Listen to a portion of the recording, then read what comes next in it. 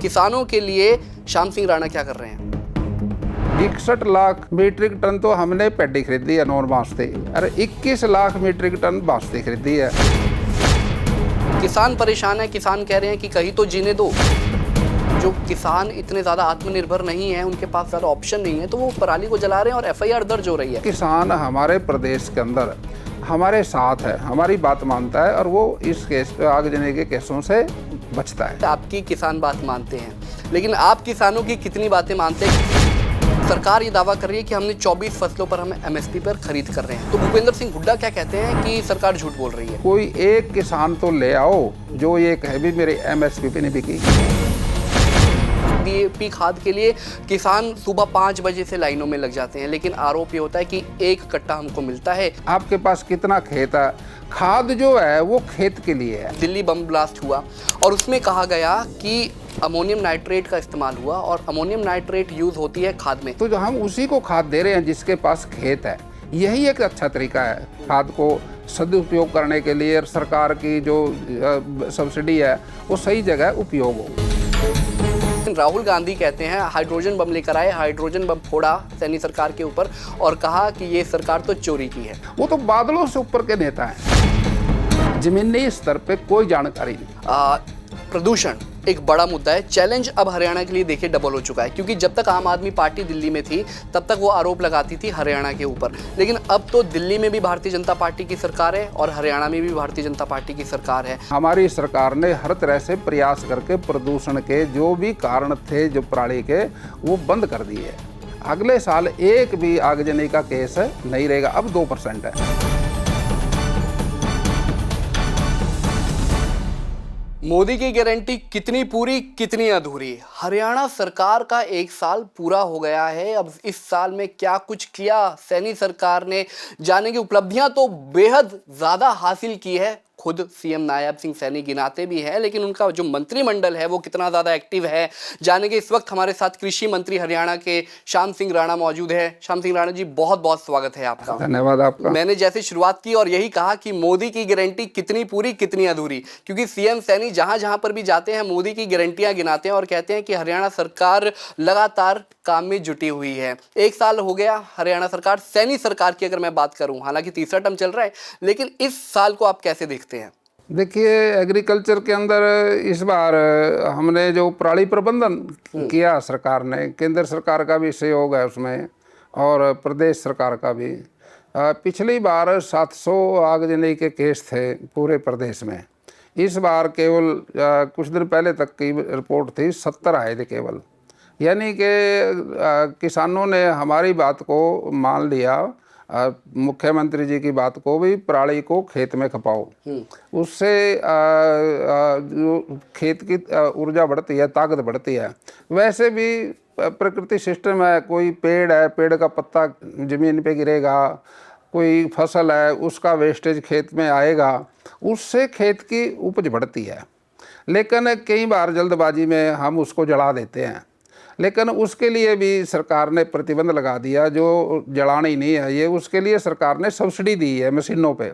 हज़ारों हज़ार मशीनें हरियाणा सरकार ने सब्सिडी पे दे दी। और बेलर हैं जो बेंडिंग करते हैं पराली की, पत्ती की, गन्ने की, वो एक उद्योग का रूप ले लिया उसने। फिर इंडस्ट्री में वो बिकता भी है, उसको स्टोरेज भी कर लेते हैं, जब रेट आता है तो बेच देते हैं। हमारे यहाँ इस बार नामात्र की आगजनी के केस आए हैं। जो आप पराली का मुद्दा कह रहे हैं वो बहुत बड़ा मुद्दा खासकर सर्दियों में हो जाता है, और अभी भी कुछ एक ऐसे किस्से सामने आ रहे हैं पराली को लेकर श्याम सिंह राणा जी की किसानों पर एफआईआर दर्ज हो रही है जो पराली जला रहे हैं। सरकार तो पराली को लेकर काफ़ी ज़्यादा सख्त है, प्रदूषण पर भी मैं बाद में आऊँगा, लेकिन पराली की जब आपने बात की है तो पराली पर थोड़ा विस्तार में जाते हैं। किसान परेशान है, किसान कह रहे हैं कि कहीं तो जीने दो।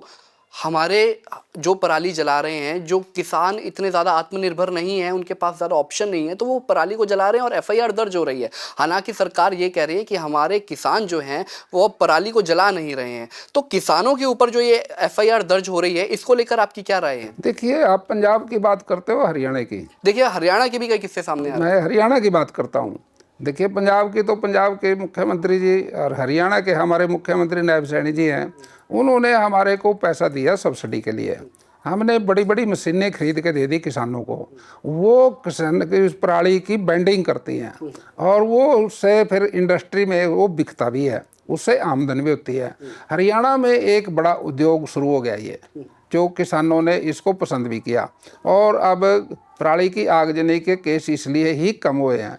लेकिन केंद्र की सरकार से हमारा ये ताल्लुकात है, केंद्र की सरकार हमारे को सैटेलाइट के जरिए से जो भी आगजनी के केस आएंगे वो देती है, हम उनकी वेरिफिकेशन करते हैं। जो किसान पाया जाता है आगजनी के केस में, उस पर FIR भी दर्ज होती है, जुर्माना भी लगता है, और उसका पोर्टल, हमारे हरियाणा में पोर्टल है, उसका पोर्टल भी बंद कर देते हैं। वो सरकार उसका अनाज नहीं खरीदेगी। इसलिए किसान हमारे प्रदेश के अंदर हमारे साथ है, हमारी बात मानता है, और वो इस केस आगजनी के केसों से बचता है। आपने कहा कि आपकी किसान बात मानते हैं, लेकिन आप किसानों की कितनी बातें मानते हैं? क्योंकि सरकार ये दावा कर रही है कि हमने 24 फसलों पर हम MSP पर खरीद कर रहे हैं, तो भूपेंद्र सिंह हुड्डा क्या कहते हैं कि सरकार झूठ बोल रही है? देखिए, जो भी है, आप मेरे से सवाल पूछ रहे हैं वो भी एक हुड्डा साहब के कहने से पूछ रहे हैं, लेकिन मैं वहाँ अपने प्रदेश के अंदर एक बात कहता हूँ भी, कोई एक किसान तो ले आओ जो ये कहे भी मेरी MSP पे नहीं बिकी, एक तो ले आओ। ठीक है, मतलब जब ये बात सुनेंगे तो हो सकता है भूपेंद्र सिंह हुड्डा इसके ऊपर कोई कई किसानों को लेकर आपके पास पहुंचे। लेकिन जब किसानों की हम बात करते हैं, सवाल बहुत महत्वपूर्ण हो जाते हैं, क्योंकि हरियाणा एक कृषि प्रधान प्रदेश है और उसमें किसानों को कई तरीके की आपने सब्सिडीज तो दे रखी ही है, ठीक है, फिर वो चाहे भावांतर योजना की हम बात करें, ऐसी कई हैं। जब मुख्यमंत्री मनोहर लाल खट्टर होते थे तब भी वो बात करते थे, सूरजमुखी फसलों के ऊपर सब्सिडी देने की बात करते थे। लेकिन ये सवाल सबसे महत्वपूर्ण है कि किसानों के लिए, जो परेशान किसान हैं, 2 बारी किसान आंदोलन देखा, किसानों के लिए श्याम सिंह राणा क्या कर रहे हैं? देखिए, आपने MSP की बात की, 24 फसलों पे हमारे मुख्यमंत्री नायब सैनी जी ने 24 फसलों पे MSP घोषित करके नोटिफिकेशन कर दी। हम 24 फसलों को MSP पे खरीदते हैं। कोई भी ऐसी दिक्कत नहीं है हरियाणा में जो कि किसान को दिक्कत आए। मैं आपसे ये कहता हूँ भी, हमारा तो रिकॉर्ड है सर, 61 लाख मीट्रिक टन तो हमने पैडी खरीदी है नॉन बांसते, अरे 21 लाख मीट्रिक टन बांसते खरीदी है।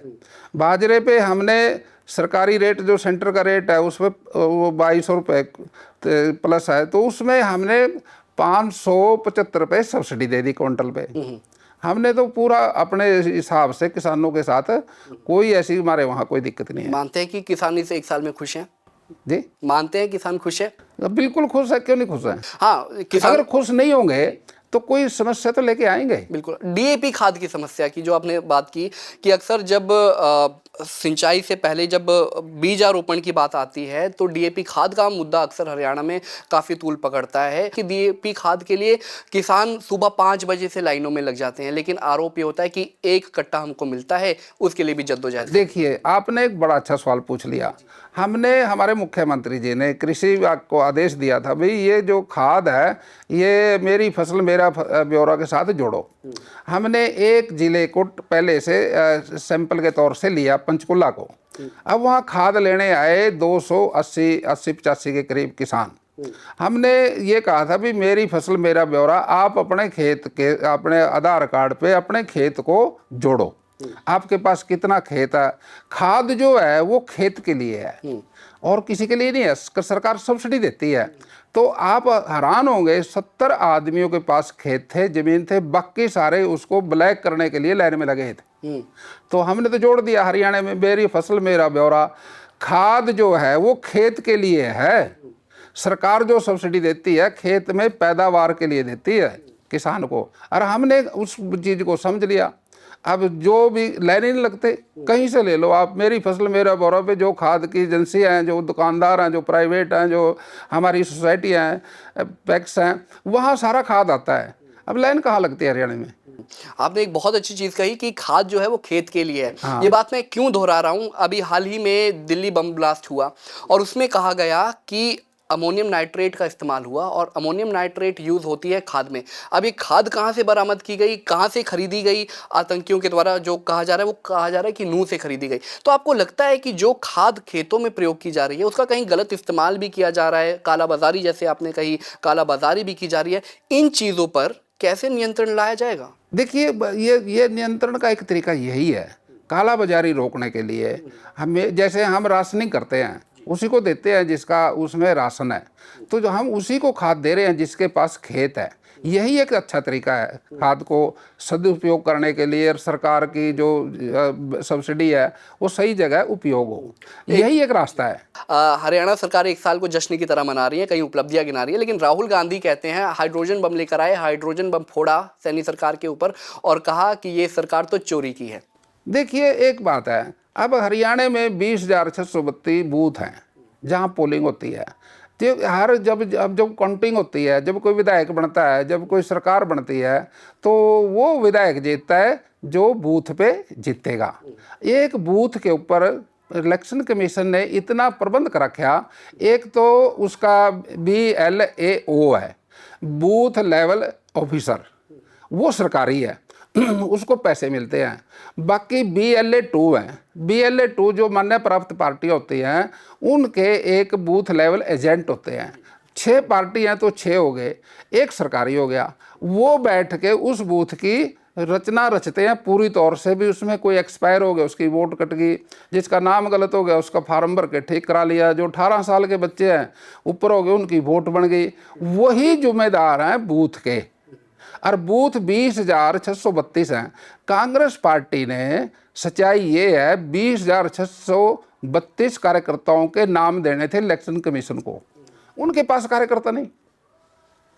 जब कार्यकर्ता नहीं है उनके पास है तो बूथ की चोरी कहाँ हुई है? जिस बूथ पे चोरी हुई क्या उनका BLA2 नहीं है वहां पर? आप ये कहो रचना रच रखी पूरी डेमोक्रेसी के हिसाब से, हमारे जितने बूथ हैं हमारे उतने BLA2 हैं। वो रचते, वो देखते हैं बूथ को, एक एक बूथ को देखते हैं, और उसमें उसकी कमेटी बनती है बूथ की।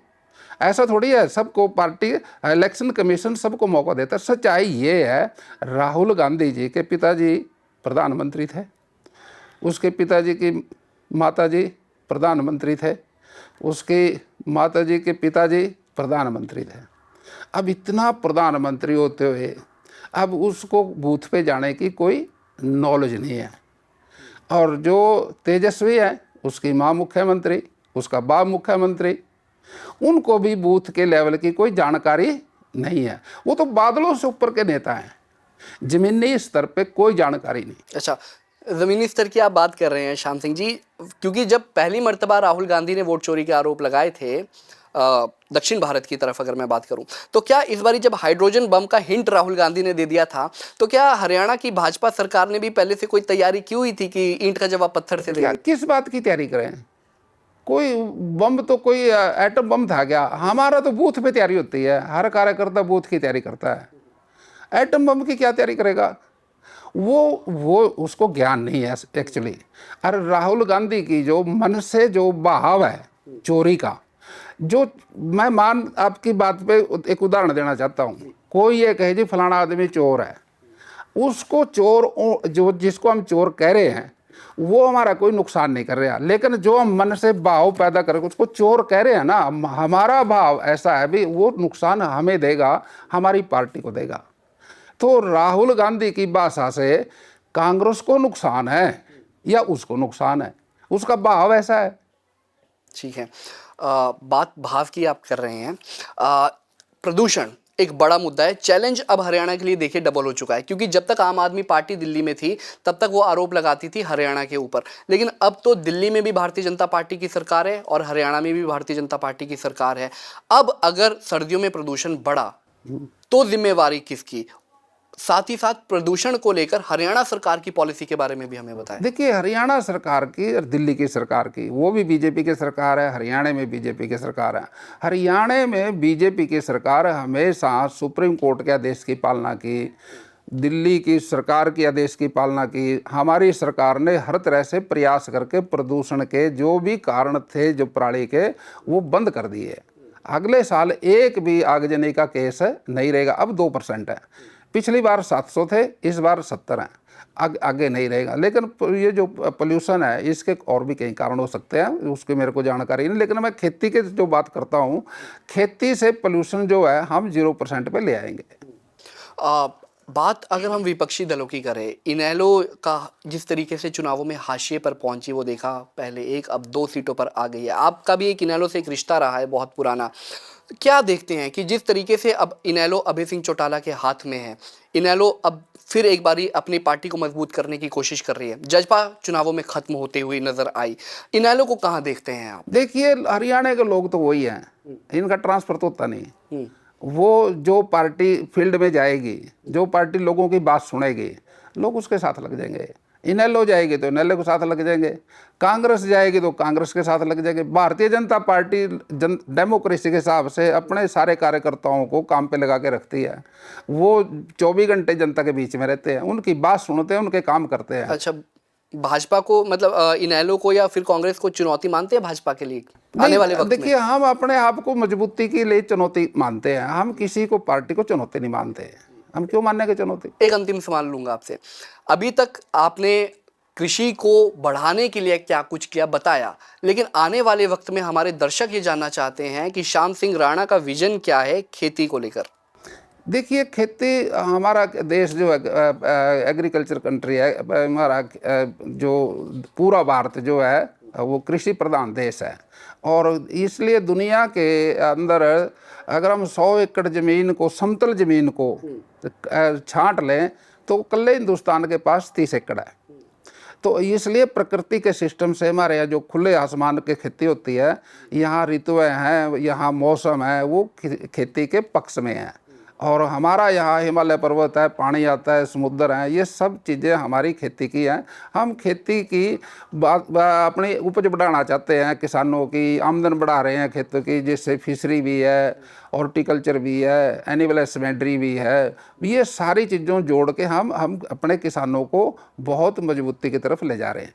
बहुत बहुत शुक्रिया श्याम सिंह राणा जी। तो ये है हमारे साथ श्याम सिंह राणा, कृषि मंत्री है। बताया विजन हरियाणा में किस तरीके से कृषि अब आने वाले वक्त में और मजबूत होगी। हालांकि कृषि क्षेत्र में हरियाणा का कोई स्थानीय नहीं है, नायब सैनी मुख्यमंत्री हैं और उनके मंत्री, कृषि मंत्री श्याम सिंह राणा ने आपके साथ कई बातें की, पंजाब केसरी के साथ कई बातें की। आपके मन में कोई सवाल हो कमेंट बॉक्स में ज़रूर लिखकर बताइएगा।